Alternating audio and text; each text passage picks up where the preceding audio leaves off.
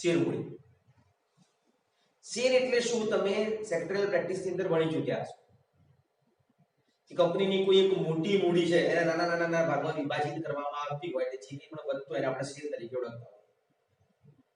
તો આ શેર બહાર પાડવાની પણ એક પ્રોસેસ છે કે શેર ડાયરેક્ટ બહાર પાડી દીધે ડાયરેક્ટ એનું ભરણું ભરી જશે એવું થશે ના. તો એ શેર બહાર પાડવાની પ્રોસેસ 3.11 ની અંદર તમે સેક્ટોરિયલ પ્રેક્ટિસ ની અંદર ભણ્યા હશો તો બીએ ની અંદર અત્યારે તમારે ક્યાંક ને ક્યાંક આવતું હશે. તો એ શેર બહાર પાડવાની જે વાત થઈ ગઈ તો એ બહાર પાડતી વખતે એની પ્રોસેસ જે છે એ સેક્ટોરિયલ પ્રેક્ટિસના આધાર પર તમે શીખ્યા. પણ એની હિસાબી અસર શું એ આપણે અહીંયા શીખીશું કે સેબી દ્વારા ધારાધોરણ નક્કી કર્યા હોય, તમે આવેદનપત્ર પ્રોસેસ કરી હોય, તમે જાહેરનામું બહાર પાડ્યું, જાહેરનામું બહાર પાડ્યા પછી તમે લઘુત્તમ ભરણાની રકમ ભરવા માટે કલેક્ટ કરવા માટે તમે પ્રોસેસ કરી રહ્યા છો. તો શેર એકત્રિત કરીને તમારી પાસે પૈસા આવી ગયા તો શું તમે પહેલો હપ્તો મંગાયો લઘુત્તમ ભરણા સુધી રકમ સુધી પહોંચતા પહેલા તે પૈસા શું તમારા જો ડાયરેક્ટ આવી જાય કે ના? તે પહેલા એ અમાઉન્ટ સ્કેડ્યુલ બેંકની અંદર રહેતી હોય છે. પછી તમારે જ્યારે બધી અરજી પ્રાપ્ત થઈ જાય, તમારી ભરણા જેટલી રકમ પ્રાપ્ત થઈ જાય ત્યારબાદ તમને તમારા ખાતામાં ટ્રાન્સફર આપવા મળતી હોય છે. અરજી કન્ફર્મ થાય પછી મંજૂરી થાય, મંજૂરી પછી પ્રથમ હપ્તો બીજો હપ્તો થાય. આ બધી વસ્તુ તમે સેક્ટોરિયલ પ્રેક્ટિસની અંદર ભણી ચૂક્યા. તો એ જે બધી વસ્તુ તમે ભણી ચૂક્યા છો એને અકાઉન્ટન્સી લેવલ પર કઈ રીતે એપ્લાય કરવી આ ચેપ્ટરની અંદર આપણે ભણવાનું છે. તો એ વખતે ત્યાં એની ઝાંખી મેળવવી જરૂરી છે. શેરના પ્રકારની વાત તો શેરના કેટલાક પ્રકાર તમે ભણી ચૂક્યા છો. કેટલા હતા શેરના પ્રકાર એવું કોઈ ખબર છે? કોઈને ખ્યાલ છે? આઈડિયા? કયા કયા શેરના પ્રકાર કયા કયા છે? કયા શેર? સરસ. ઇક્વિટી શેર્સ અને પ્રેફરન્સ શેર્સ. ઇક્વિટી શેર્સ અને પ્રેફરન્સ શેરમાં તફાવત શું જોવા મળતો હોય છે? ઇક્વિટી શેર્સ અને પ્રેફરન્સ શેરમાં તફાવત શું જોવા મળતો છે? કે જે શેર પ્રેફરન્સ નથી એને ઇક્વિટી કહેવાય, જે પ્રેફરન્સ શેર એટલે શું કે જે ઇક્વિટી નથી એને પ્રેફરન્સ કહેવાય. એ રીતે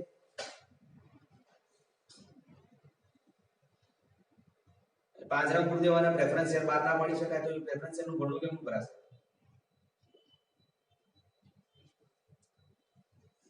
તમે કહો છો ઇક્વિટી શેર બહાર પાડી શકાય, પ્રેફરન્સ શેર ના પાડી શકાય, કેમ? પ્રેફરન્સ શેરનું ભરણું નહીં આવતું હોય, એ જાહેર ધંધા માટે નહીં હોય, એ ખાનગી માટે જશે. શું હોય?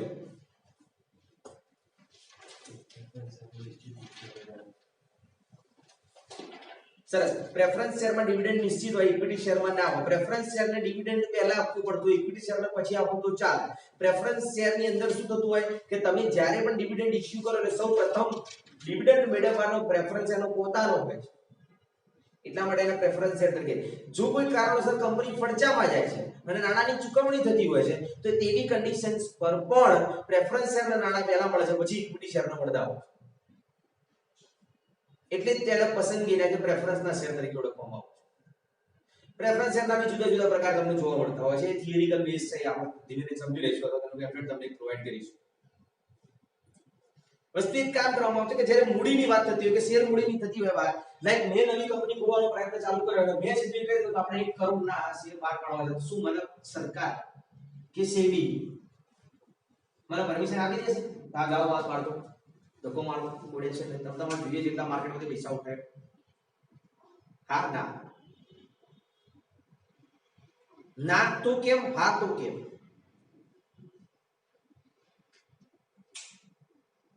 મને સેબી પરમિશન આપી દે તમે 1 કરોડ લઈ લો જાઓ માર્કેટમાંથી?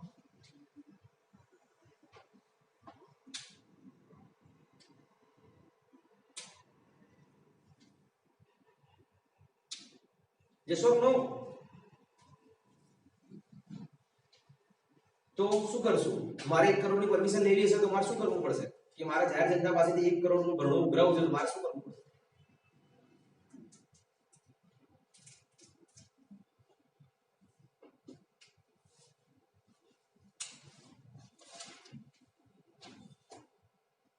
સારું, 1 કરોડના નાણાં ઉઘરાવવાની પરમિશન મને કોણ આપશે?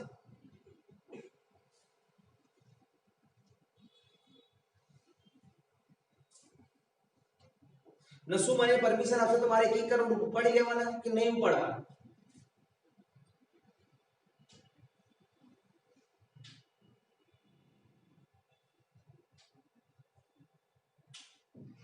તો કદાચ સ્ટાર્ટિંગ બેઝિક પર તમે જ્યારે ભણ્યા શેરની વાત થતી હતી, કંપની નક્કી કર્યું, લાઈક તમને કોઈ પણ એક સાહેબ ભણાવતા હતા, એમને કીધું કે જ્યારે કંપની મોટી કરવી હોય, વાઇટ કરવી હોય, જ્યારે એકાંકી પેઢીનો માલિક પોતાની પાસે નાણાંની જરૂરત ના હોય, નાણાં ઉપસ્થિત ના હોય અને એને પોતાનો ધંધો વિશાળ કરવા માંગતો હોય, એની પાસે મૂડી અવેલેબલ ના હોય અને કોઈ વધારે પાર્ટનર ના મળતા હોય, ત્યારે નાના એકમમાં જુદા જુદા પ્રમાણમાં લોકો પાસેથી મૂડી એકત્રિત કરી શકતો હોય, એના શેર કહેવાય. આવું તમને સમજાવ્યું, તમે ખુશ થઈને હોશે શીખી લીધું. તમે એવું ના પૂછો કે સાહેબ જેટલા ઉઘરાવો એટલા ઉઘરાવો, મન ફાવે એટલા ઉઘરાવો, હું તો ઉઘરાઈ કોસરો ભરી જતો રહું. તમારા વગર તો પ્રશ્ન ઉભો થવો જોઈએ તો એ વખતે કે ભારતની આટલી બધી જનતા છે ને, લોકો બધે જનતા બધા ઇન્વેસ્ટ કરવા માંગતા હોય, એક જ કંપની ઇન્વેસ્ટ કરે ને એ કંપની જતી રહે તો જય સ્વામિનારાયણ શું કરશો તે વખતે? જેમ દરેક કંપનીને જીવો મન ભાવે એટલા પૈસા ઉઘરાવવાની તો પરમિશન મળતી નથી, તો કેટલી મળે?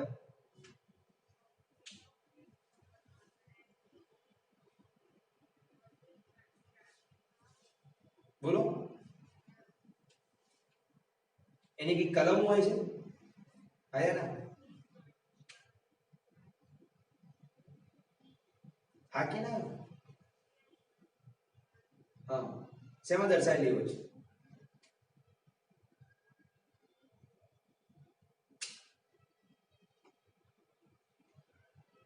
એ લોકો પોતાના બોજા ઉભા કરતા હોય, કંપની રજિસ્ટર પોતાનો ધ્યેય નક્કી કરતા હોય, કંપની રજિસ્ટર ઓફિસ એમના એક સત્તાવાર મૂડીની પરમિશન આપે. કદાચ તમે સાંભળ્યું હોય સત્તાવાર મૂડી, સાંભળ્યું નામ આવ્યું કે સત્તાવાર મૂડી આપે કે તમારે જેટલી બી સત્તાવાર મૂડી આ તમારી 1 કરોડની સત્તાવાર મૂડી છે, તમને 1 કરોડની સત્તા છે, તમે જાહેર જનતા પાસેથી પૈસા ઉઘરાઈ શકશો. હું કંપની સ્ટાર્ટ કરી તો મારે 1 કરોડની અત્યારે જરૂર નથી, 1 કરોડ બહાર પાડું. હું પહેલા જોઉં કે મારે જરૂરિયાત કેટલી છે.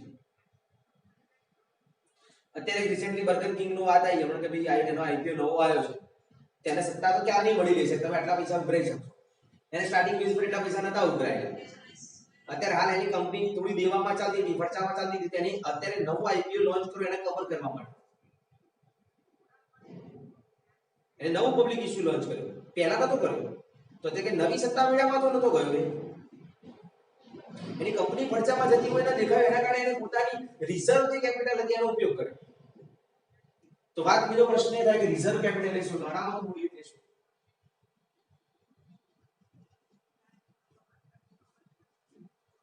તો સત્તાવાર મૂડીની જે વાત કરતા હતા, સત્તાવાર મૂડીમાંથી એના બે ભાગ પડતા. પહેલું બહાર પાડેલી મૂડી, બહાર ન પાડેલી મૂડી. મતલબ 1 કરોડની પરમિશન આપી, મારા 60 લાખની જરૂર હતી, મેં 40 લાખની મારી જરૂર હતી, 40 લાખ જે માર્કેટમાંથી ઉઘરાણે મેં બહાર નથી પાડ્યા. મને 60 ની જરૂર હતી, મેં 60 બહાર પાડ્યા. મને 60 ની જરૂર હતી, મેં 60 બહાર પાડ્યા. મને 40 ની જરૂર હતી, મેં 40 બહાર ના પાડ્યા. પણ 40 આ 60 ની અંદર બી પાછાના ભાગ પડતા હોય કે મંગાવેલી મૂડી. લાઈક 10 રૂપિયાનો એક શેર હોય, એમાંથી મેં 6 જ મંગાયા છે, 4 નહીં મંગાયા. તો 4 નથી મંગાયા, નહીં મંગાવેલી મૂડી. મંગાયેલા 6 પાછા એમાં તો બધા આપણા જેવા હરિભગત તો હોય જ નહીં, શાંતિથી બધા પૈસા આપી દે. ઘણા બધા એવા કે અપાય છે ભાઈ, શું છે ટેન્શન શું છે, 6 રૂપિયા આપે છે શાંતિ રાખો. એટલે આ 6 રૂપિયા મંગાયા તો 6 એ 6 પૂરા ના પડે. પછી એમાં અમુક કહેવાય જેને 4 જ ભર્યા, 2 ના ભર્યા. તો 4 જે ભર્યા છે એને કહેવાય ભરપાઈ થયેલી મૂડી. અને 2 નથી ભર્યા, નહીં ભરપાઈ થઈ.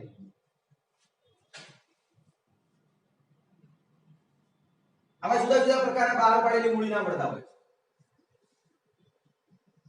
તો માત્ર એ બહાર ન પાડેલી મૂડી, જે બહાર નથી પાડેલી મૂડી અને કંપની જ્યારે બહાર પાડેલી મૂડીની જરૂરત હતી એટલી ઉપસ્થિત થઈ ગઈ અને એનો ધંધો વ્યવસ્થિત રીતે ચાલતો થઈ ગયો, તો ખરડો પસાર કરીને પછી આ મૂડીનો અનામત મૂડીમાં પસાર કરી દેવામાં.